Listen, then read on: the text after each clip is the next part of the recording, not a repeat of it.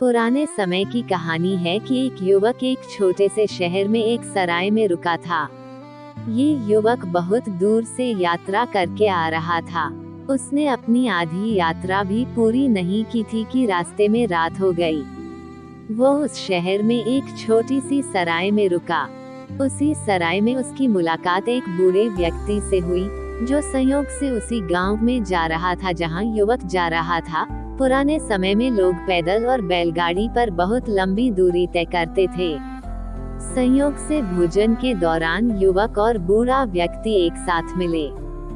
भोजन के दौरान बातचीत करते हुए बूढ़े व्यक्ति को पता चला कि युवक भी उसी गांव में जा रहा है जहां उसे जाना था। युवक अपने एक प्रिय रिश्तेदार से मिलने जा रहा था। बूढ़े व्यक्ति ने कहा, बरखुरदार, आप भी चांदंगा जा रहे हैं और मैं चांदंगा का रहने वाला हूँ।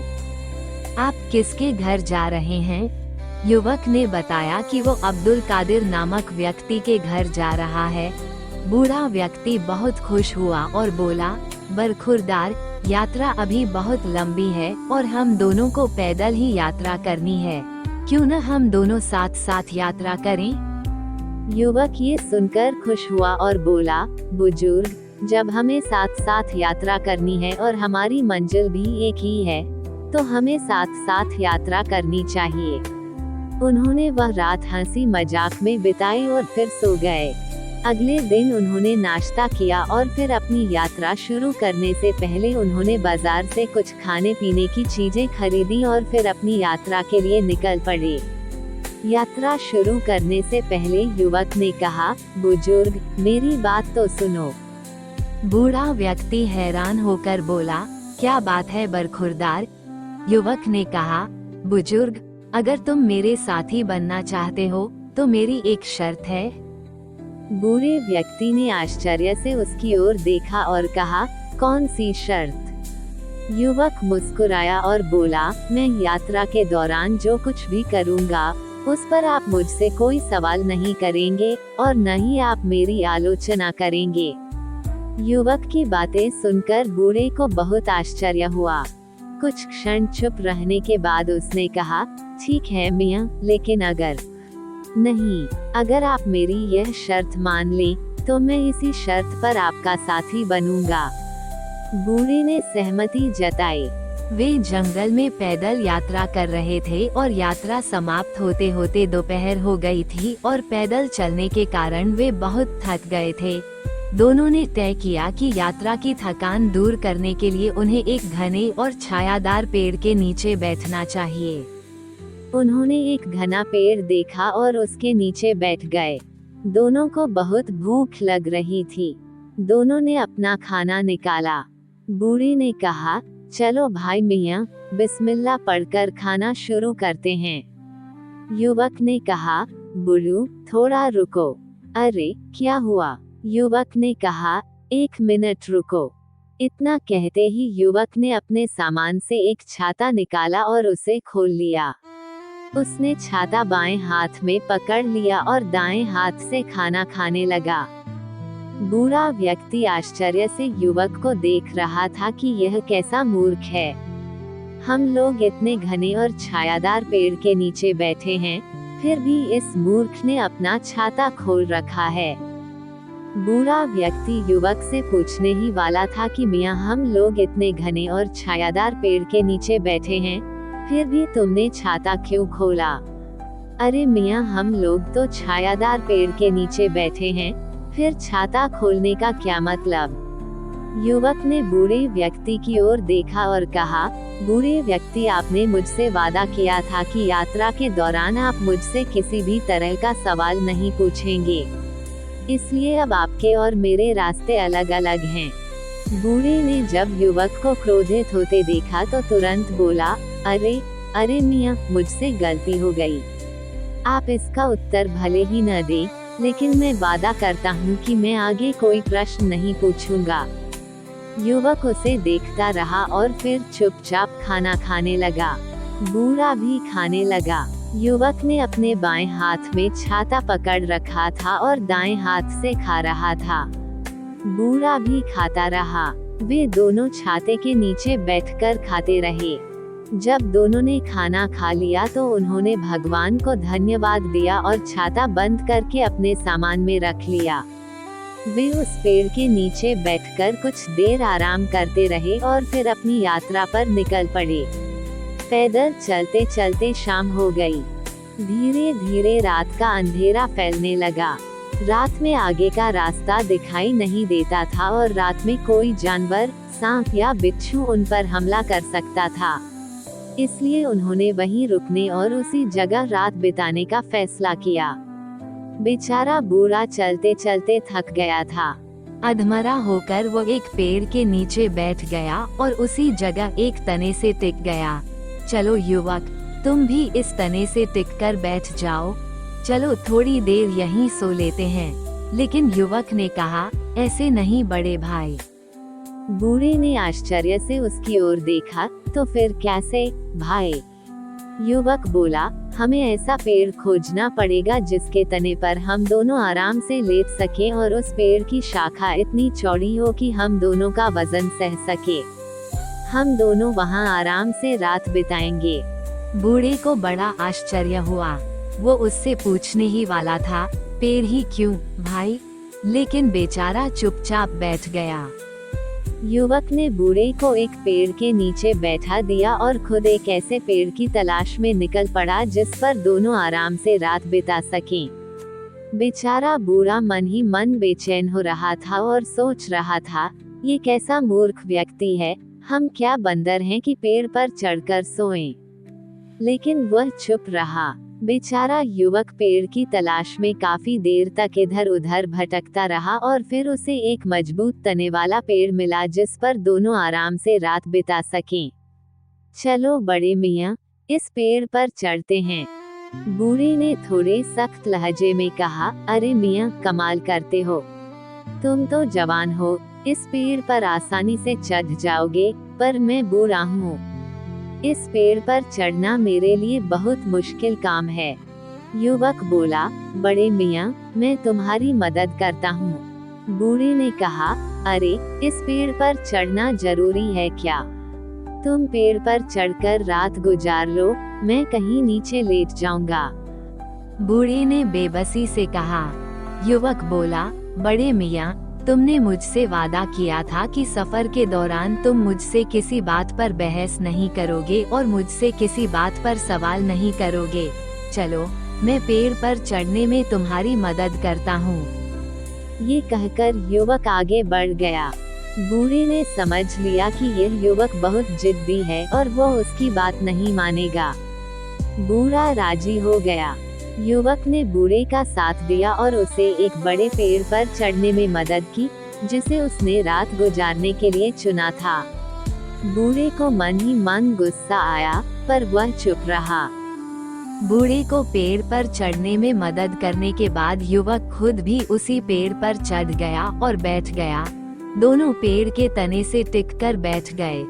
रात धीरे धीरे बीत रही थी। बूढ़ा तो जल्दी सो गया, लेकिन युवक बड़ी लगन से सो रहा था। वह जरा सी आहट होते ही जाग जाता। एक बार तो उसने पेड़ से नीचे भी देखा। इस तरह वह कभी सोता तो कभी जाग जाता। फिर धीरे धीरे रात बीतती गई। सुबह का उजाला हुआ तो युवक उठा और फिर उसने बुजुर्ग को भी जगाया। वे पेड़ से नीचे उतर आए। युवक ने भी बूढ़े को पेड़ से नीचे उतरने में मदद की। बैठकर उन्होंने पिछले दिन की बची हुई रोटी खाई और फिर अपनी यात्रा पर निकल पड़े। काफी देर चलने के बाद उनके सामने एक नदी आई। नदी के पास पहुंचकर युवक ऐसी जगह ढूंढने लगा जहां नदी का पानी कम हो और वो उसे आसानी से पार कर सके। थोड़ी दूर चलने के बाद उसे वह जगह मिल गई जहां नदी का पानी थोड़ा कम था। चलो बाबा, अब हमें यह नदी पैदल ही पार करनी होगी क्योंकि यहाँ किसी तरह का कोई पुल नहीं है। ठीक है बाबा, चलो, मैं तैयार हूँ। बूढ़ा आदमी जल्दी से तैयार हो गया। युवक ने जल्दी से कदम आगे बढ़ाए। बूढ़े ने अपने दोनों जूते उतारकर बगलों में दबा लिए और युवक के पीछे पीछे चलने लगा। युवक अपने नए जूते पहनकर नदी में उतर गया। बूढ़ा उसे आश्चर्य से देखने लगा। ये कैसा मूर्ख है, अपने नए जूतों को पानी में भिगोकर खराब कर देगा।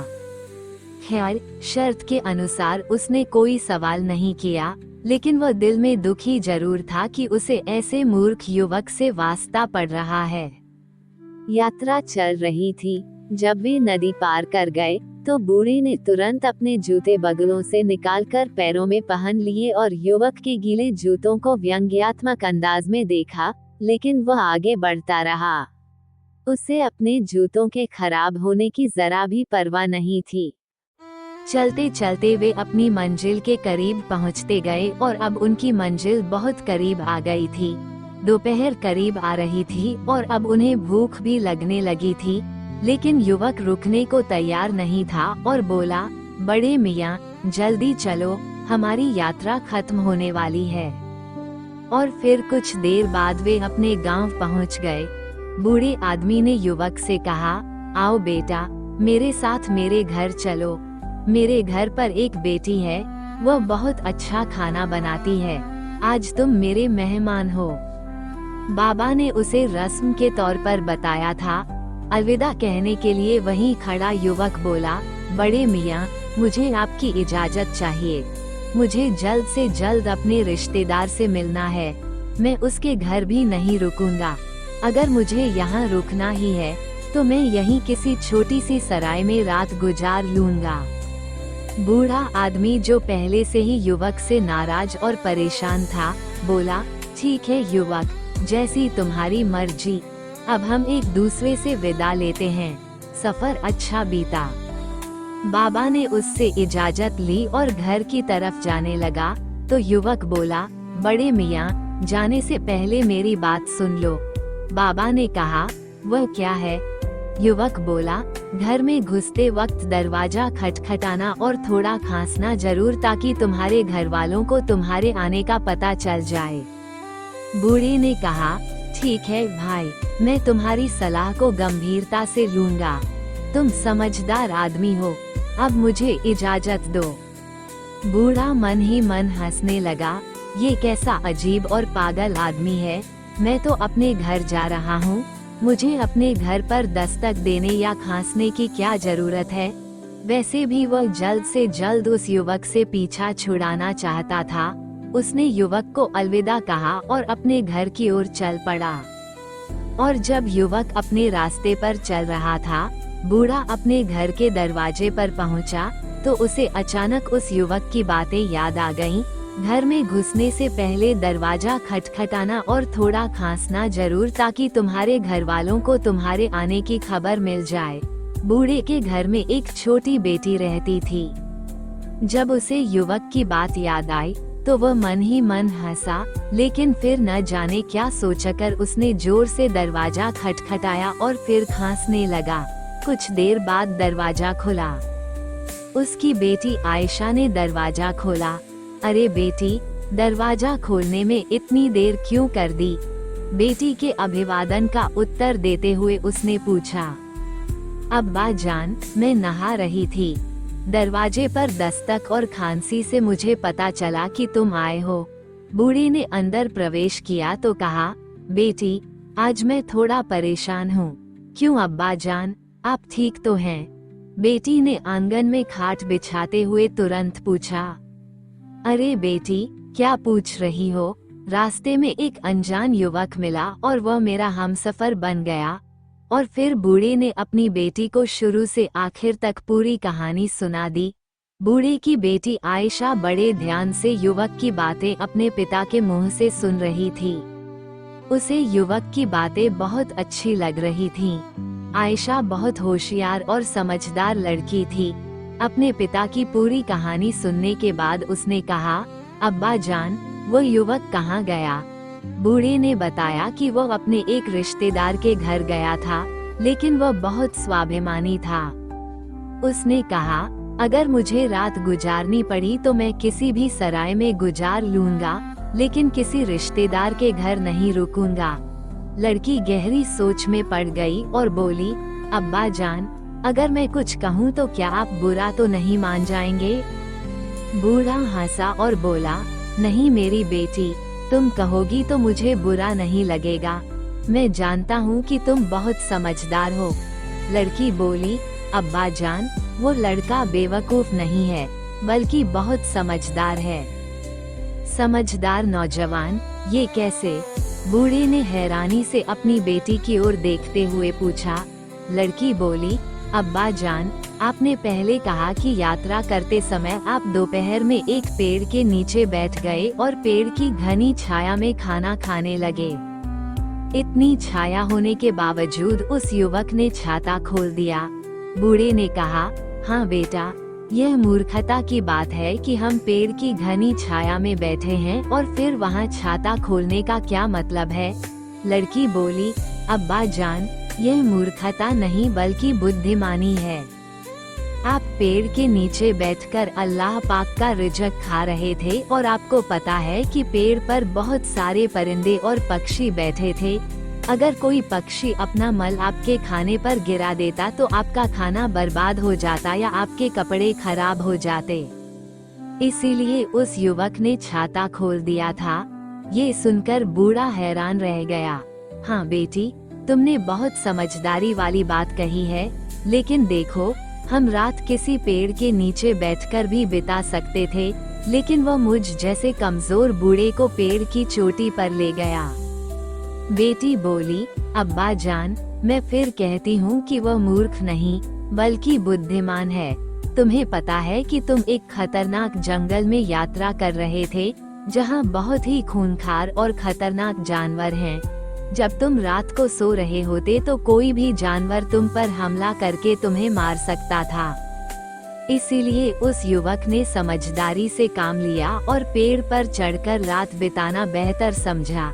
ये सुनकर बूढ़ा भी हैरान रह गया। फिर बूढ़ा बोला, लेकिन बेटी, तुम्हें यह मानना पड़ेगा कि मैंने अपनी जिंदगी में उसके जैसा मूर्ख कभी नहीं देखा। जब हम पैदल नदी पार कर रहे थे तो उसने अपने नए जूते पानी में डालकर बर्बाद कर दिए। अब बेटी, हम इसे होशियारी नहीं कह सकते। लड़की ने अपने पिता की बात सुनकर कहा, अब्बा जान, ये भी समझदारी है। नए जूते किसी व्यक्ति की जान से ज्यादा कीमती नहीं होते, इसीलिए उस युवक ने अपने जूते नहीं उतारे। बेटी की बात सुनकर बूढ़ा सोच में पड़ गया और बोला, वाकई वो युवक बहुत बुद्धिमान था। आयशा बोली, हाँ अब्बा जान, कल रात को उसे अपने घर खाने पर जरूर बुलाना। बूढ़े ने कहा, लेकिन बेटी, मैं कैसे जानूं कि वो अभी भी अब्दुल कादिर के घर पर है या कहीं चला गया है? लड़की बोली, अब्बा जान, उसने कहा था कि वो किसी सराय में रात गुजारेगा। तुम सुबह जाकर उसे खाने पर बुलाना। देखो, वो हमारे गांव का मेहमान है। तुम्हें उसे खाने पर जरूर बुलाना चाहिए। बूढ़ा व्यक्ति, जो पहले से ही अपनी बेटी आयशा की बुद्धिमानी का मुरीद था, उसकी बातों पर मुस्कुराया और बोला, जरूर बेटी, मैं सुबह सराय जरूर जाऊंगा और कल शाम को उस लड़के को जरूर खाने पर बुलाऊंगा।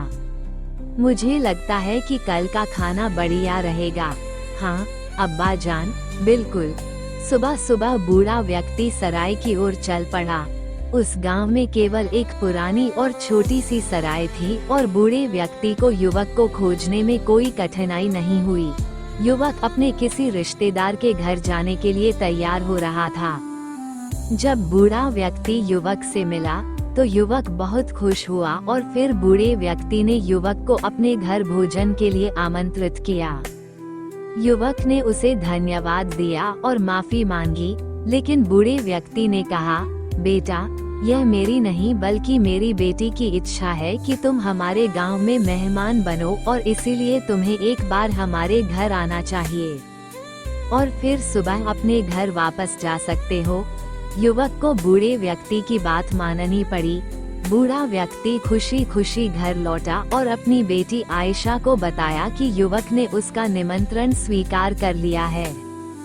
बेटी ने रात के खाने की तैयारी शुरू कर दी। उसने बढ़िया सब्जी और रोटियां बनाई। युवक रात को उनके घर आया। बूढ़े व्यक्ति ने दरवाजा खोला और उसे सम्मानपूर्वक अंदर बुलाया और उसे भोजन कक्ष में बैठाया।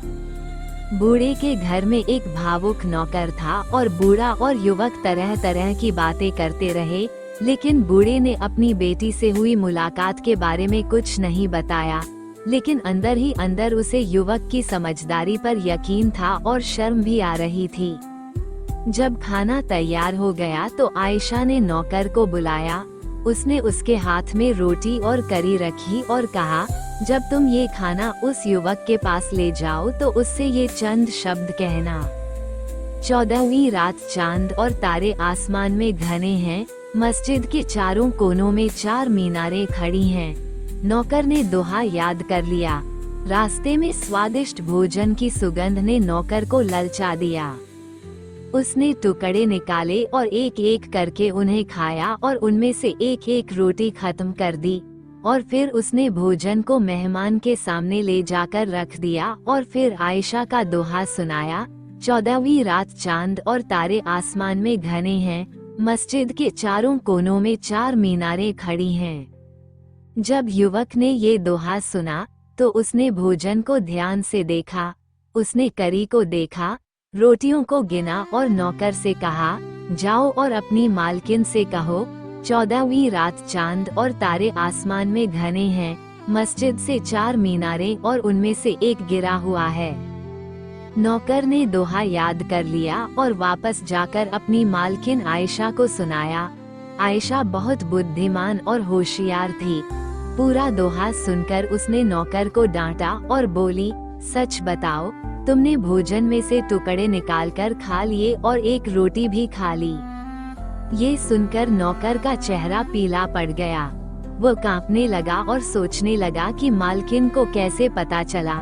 जब युवक दावत खाकर चला गया तो आयशा ने अपने पिता के सामने ही नौकर को डांटा और चोरी की सजा के तौर पर उसे नौकरी से निकाल दिया।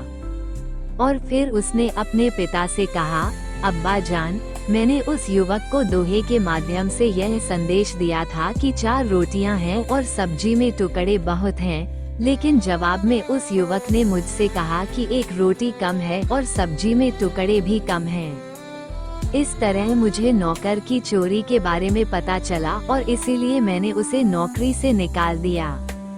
बूढ़ा व्यक्ति अपनी बेटी की समझदारी और युवक की समझदारी पर बहुत परेशान हुआ और अपनी बेटी से कहा, बेटी, मेरे विचार से जैसे तुम बुद्धिमान हो, वह युवक भी उतना ही बुद्धिमान है।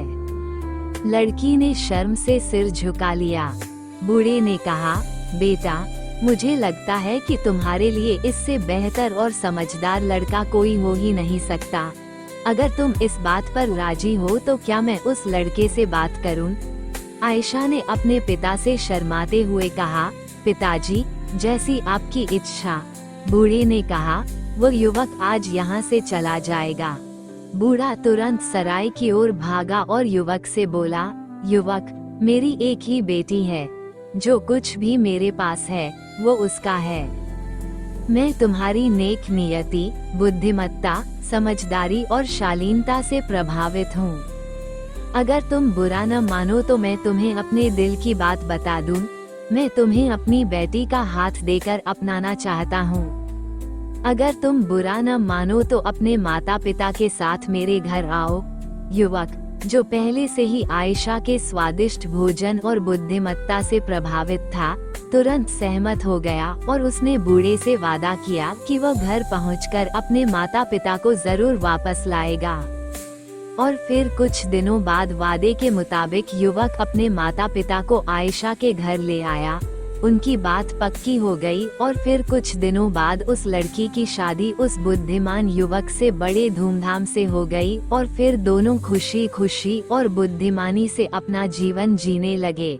दोस्तों, मुझे उम्मीद है कि आपको आज का वीडियो पसंद आया होगा। अगर आपको वीडियो पसंद आया है तो कृपया कमेंट में अपनी राय व्यक्त करें। कृपया हमारे चैनल को सब्सक्राइब करें। वीडियो देखने के लिए आपका बहुत बहुत धन्यवाद। Welcome to Hello India, where stories are more than just words. Some will make you smile, some will make you think, and some will stay with you forever. So, hit subscribe, ring the bell, and step into a world of unforgettable stories.